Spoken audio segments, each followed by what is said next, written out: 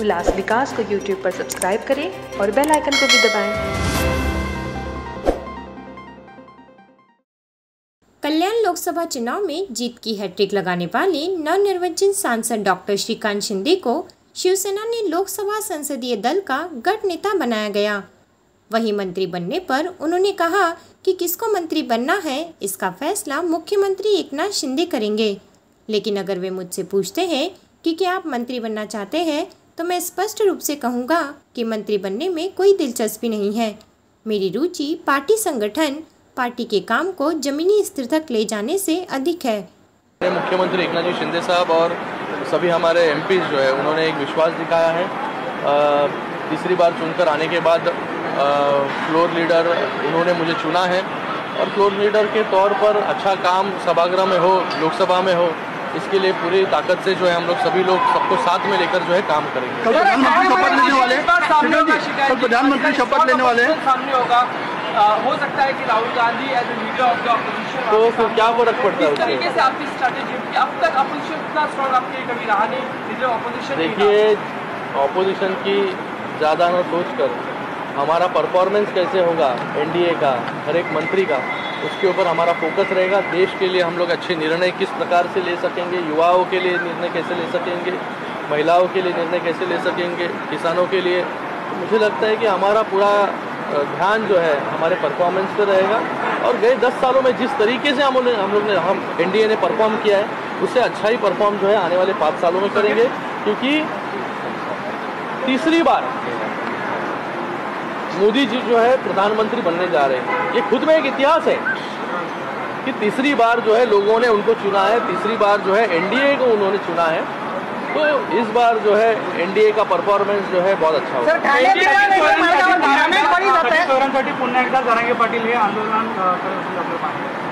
मला वाटतं त्या सगळ्या गोष्टी ज्या आहेत आपण त्याच्यामध्ये मराठा आरक्षणामध्ये आरक्षण दिलेलं आहे, आता कोर्टामध्ये विषय आहे, येणाऱ्या काळामध्ये ज्या ज्या गोष्टी कराव्या लागतील त्या करू।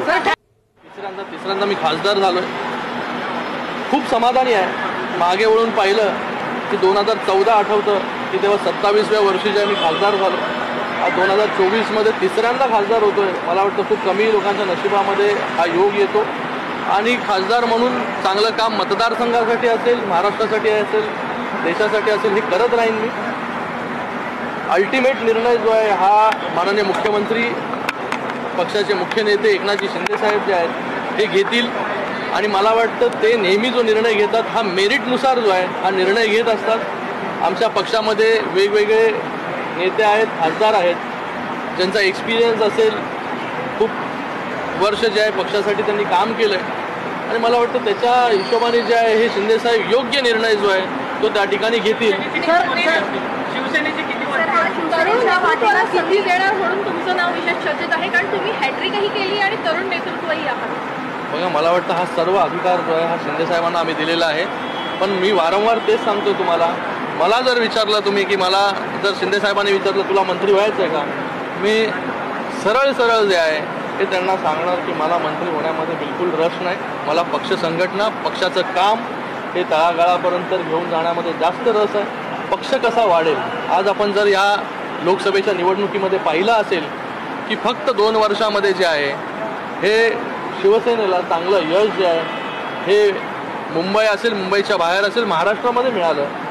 जी वोट बँक होती 20%ची, 19%ची शिवसेनेची ओरिजिनल, त्याच्यामधून 14.5% जे आहे हे मतदान जे आहे हे आमच्या बाजूने, आमच्यावरती लोकांनी विश्वास दाखवला आणि जे बाकी ज्यांनी बाळासाहेबांचे विचार सोडले, आयडियोलॉजी सोडलं, त्यांच्या वाट्याला फक्त 4.5% मतदान आलं।